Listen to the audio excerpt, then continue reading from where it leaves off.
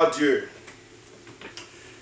Gloire à Dieu, gloire au Tout-Puissant, gloire au Saint des Saints, gloire au Seigneur des Seigneurs. Que le nom du Seigneur soit béni. Oh, alléluia. Je suis content de partager un thème avec vous, bien-aimés. En ce moment même, ce thème bouillonne en moi et me fait plaisir parce qu'il a fallu que le Seigneur me prouve, m'enseigne, me secoue pour me faire inculquer ce thème.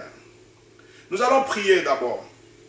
Notre Père Dieu Tout-Puissant, ton nom est saint, ta parole est la vérité et c'est toi qui révèles.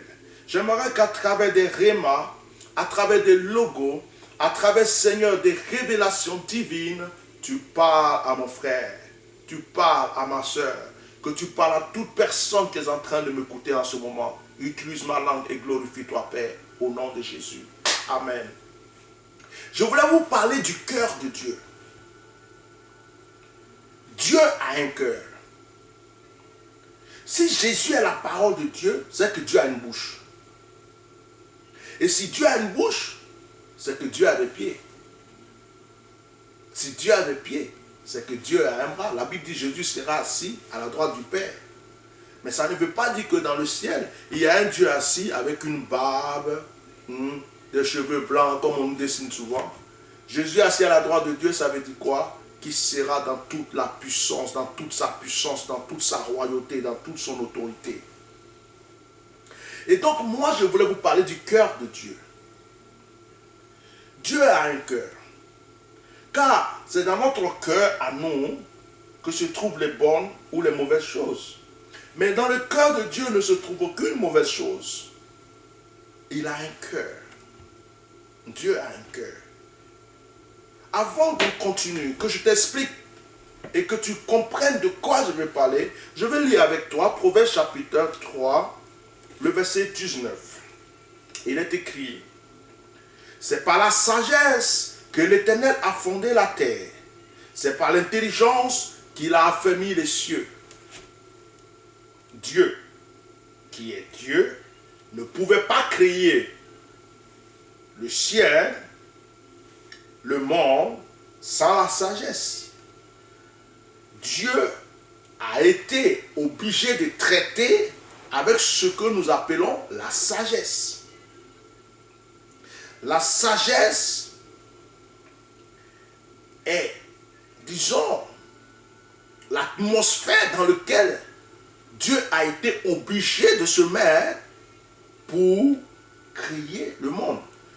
Quand tu lis Jérémie chapitre 51, le verset 15, il est écrit, il a créé la terre par sa puissance. Il a fondé le monde par sa sagesse. Il a étendu les cieux par son intelligence. Or, sans intelligence, il n'y a pas de sagesse. Sans sagesse, il n'y a pas d'intelligence. L'intelligence et la sagesse sont des jumeaux ou des jumelles siamois. L'une ne peut pas vivre sans l'autre. Une intelligence, une sagesse. Quand on est sage, c'est qu'on est intelligent. Quand on est intelligent, c'est qu'on est sage. Mais, je vais vous arrêter.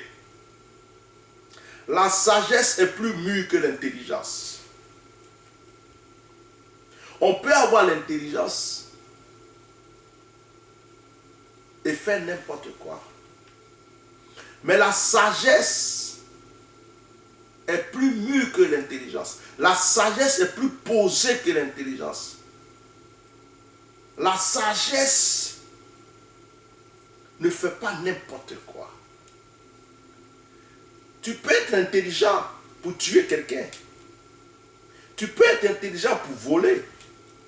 Tu peux être intelligent pour faire du mal. C'est à partir de là que la sagesse se décide de parler et dit, au moment où il était en train de avoir cette intelligence pour faire ce qu'il faisait, je n'étais pas avec lui. Parce que la sagesse produit les bonnes choses et les bons fruits. Je ne vais pas m'attarder là. Tu comprendras de quoi je suis en train de parler. La Bible dit, Dieu a créé le monde il a créé d'abord, le verset Jérémie 51, 15 dit, il a créé la terre par quoi? Par sa puissance. Mais la Bible dit encore, il a fondé le monde par sa sagesse. Et puis il a étendu les cieux par son intelligence. Trois choses.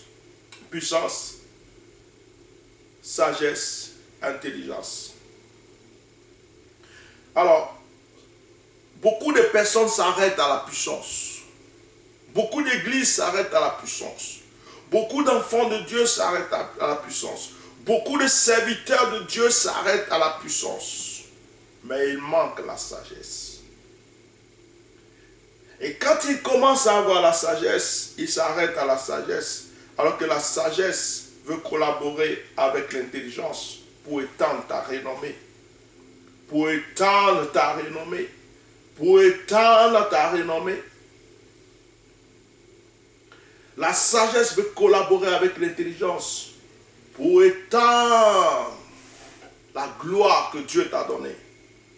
Dieu ne veut pas que ce qu'il t'a donné soit stagnant. Mais il te faut la sagesse.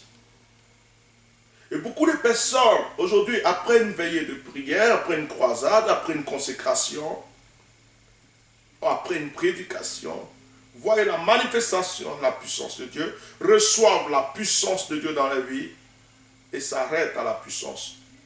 La Bible dit, Dieu créa la terre par sa puissance. Mais quand il a fini de créer la terre par sa puissance, il ne pouvait pas s'arrêter là. Il a fondé le monde dans lequel nous vivons par sa sagesse. La terre a été créée. Mais tout ce qui va se trouver sur la terre est venu par la sagesse de Dieu. La sagesse. Retiens bien ce mot, sagesse. Dans Ésaïe, le chapitre 28, le verset 29, la Bible dit, cela aussi vient de l'Éternel des armées. Admirable est son conseil et grande est sa sagesse. Bien-aimés, nous avons la grâce d'adorer le seul vrai Dieu, l'unique, celui qui a la sagesse. Tous les autres dieux que vous allez rencontrer n'ont pas ce que notre Dieu a. Notre Dieu a la sagesse. Il a créé le monde par sa sagesse. Il a la puissance, il a créé la terre par la puissance. Mais il a créé le monde par sa sagesse. Et par son intelligence, il a continué à éteindre le monde. Il a créé la terre par sa puissance, par sa sagesse. Il a créé le monde par son intelligence. Il y a eu la France par son intelligence. Il y a eu les États-Unis par son intelligence. Il y a eu la Côte d'Ivoire, le Congo, le Bénin par son intelligence. Voilà. Par son intelligence, il a étendu les cieux. Alors, je vais vous parler aujourd'hui du cœur de Dieu. Je tiens à ce message. Parce que si tu ne connais pas le cœur de Dieu, tu peux faire beaucoup de choses.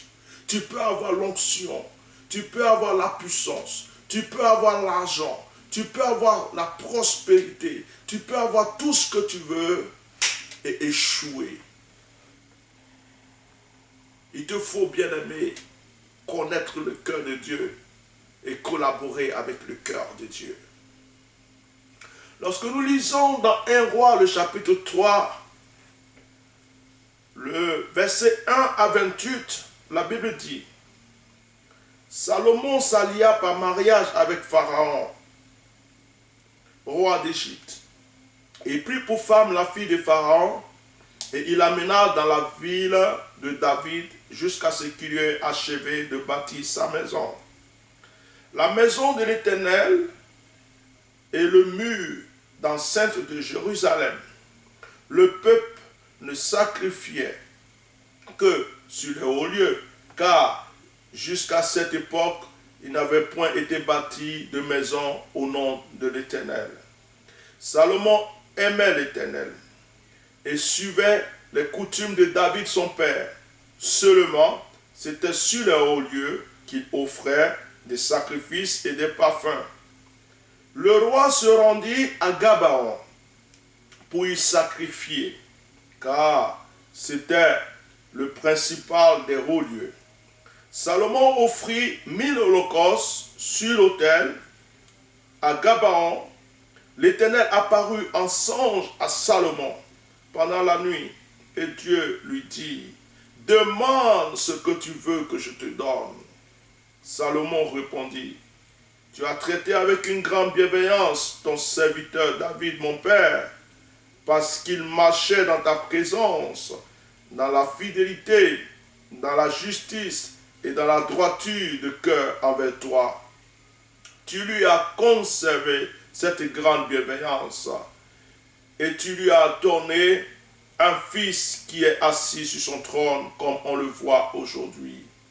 Maintenant, Éternel mon Dieu, tu as fait régner ton serviteur à la place de David, mon père, et moi, je ne suis qu'un jeune homme, je n'ai point d'expérience. Ton serviteur est au milieu du peuple que tu as choisi, peuple immense qui ne peut être ni compté ni nombré à cause de sa multitude.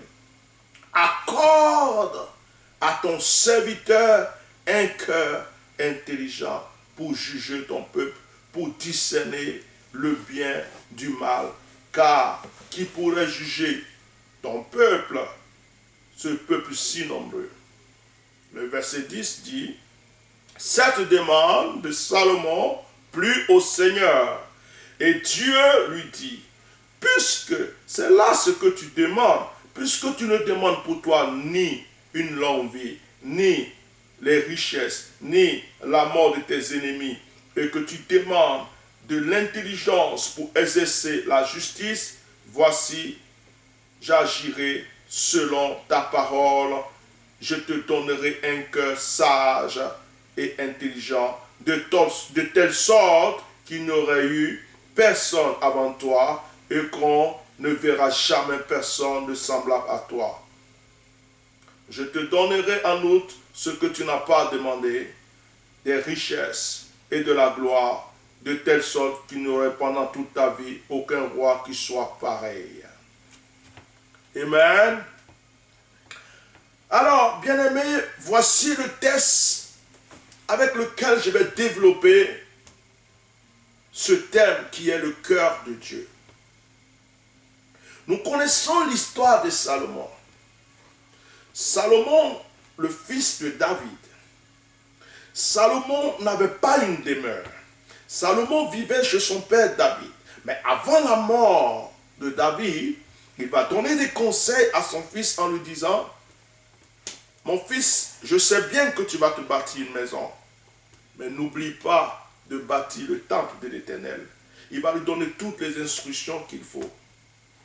Mais David n'a pas dit à Salomon, « Lorsque Dieu viendra t'apparaître, demande-lui ceci ou cela. » David a dit à son fils, « Bâtis un temple à Dieu. » Salomon va obéir aux paroles de son père et Salomon va bâtir le temple de l'Éternel, il va bâtir sa demeure. Bon, la Bible dit, ce qui m'intéresse, c'est que Salomon étant allé faire un sacrifice à Gabaon, Dieu va apparaître à Salomon. Bien-aimé, Salomon ne savait pas que Dieu allait lui apparaître. Salomon est allé offrir un sacrifice. Souvent, il arrive que nous-mêmes, avant d'offrir quelque chose à Dieu, avant d'offrir une offrande à Dieu, nous sommes en train de commander Dieu avec une télécommande en lui disant, j'arrive avec mon offrande, mais il faut que tu sois présent. Bien-aimé, Dieu s'en fout de ton offrande. Dieu peut t'apparaître demain, aujourd'hui, après-demain, dans une situation quelconque que lui-même a prévue. Ce que Dieu veut que tu fasses, c'est simplement obéir. Salomon obéissait à ce que son père lui a inculqué, d'aller offrir son offrande, d'aller offrir, de faire son sacrifice. Et la Bible dit que c'est quand il est allé offrir ce sacrifice, Dieu a décidé de lui apparaître. Dieu pouvait attendre pour lui apparaître prochainement ou pour lui apparaître ailleurs. Mais Dieu a choisi ce lieu. C'est Dieu qui choisit le lieu. C'est Dieu qui choisit le moment où il veut apparaître, où il veut agir dans ta vie. Donc, tu ne peux pas dire, parce que j'ai fait ceci, je n'ai pas vu Dieu. Parce que j'ai donné ceci, je n'ai pas vu Dieu. Parce que j'ai accompli ceci, je n'ai pas vu Dieu. Donc, je ne veux plus le faire. Donc, je change de décision. Donc, je rebrousse de chemin. Non, la Bible dit, reste à ton poste et fais ce que Dieu t'a dit de faire. Et Dieu lui-même décidera donc de t'apparaître quand il voudra t'apparaître. Il décidera de te parler quand il voudra te parler. Ce n'est pas toi qui vas commander les sentiments de Dieu. La Bible dit que Dieu va apparaître à Salomon. Une chose, ce que Dieu apparaît à Salomon, ce n'est pas Salomon qui se précipite pour demander quelque chose à Dieu. Dieu lui apparaît et Dieu lui-même pose la question à Salomon. Demande-moi ce que tu veux. Oh, alléluia. Je veux dire à quelqu'un qui écoute ce message en ce moment. Le Seigneur est en train de te dire, demande-moi ce que tu veux. Mais je ne parle pas à n'importe qui écoute. Je parle à quelqu'un qui a donné sa vie à l'Éternel. Je parle à quelqu'un qui a offert ses dons à l'Éternel. Je parle à quelqu'un qui a compris qu'il fallait faire des offrandes pour l'avancement de l'œuvre de Dieu. Je parle à quelqu'un qui s'est livré à l'Éternel, corps et âme et avec ses biens. Oui, toi qui as donné à l'Éternel, oh ma sokoroya, pendant que je suis en train de prêcher, le Seigneur est en train de me parler de quelqu'un qui habite le Congo Brazzaville. Le Seigneur me dit que toi qui es en train d'écouter ce message, tu as décidé et tu allais remettre une voiture à un serviteur de Dieu. Tu as offert la voiture à l'homme de Dieu pour qu'il puisse se déplacer facilement. Et tu as fait ce acte par la foi. Et tu as fait cela pas parce que tu avais 2 voitures, 3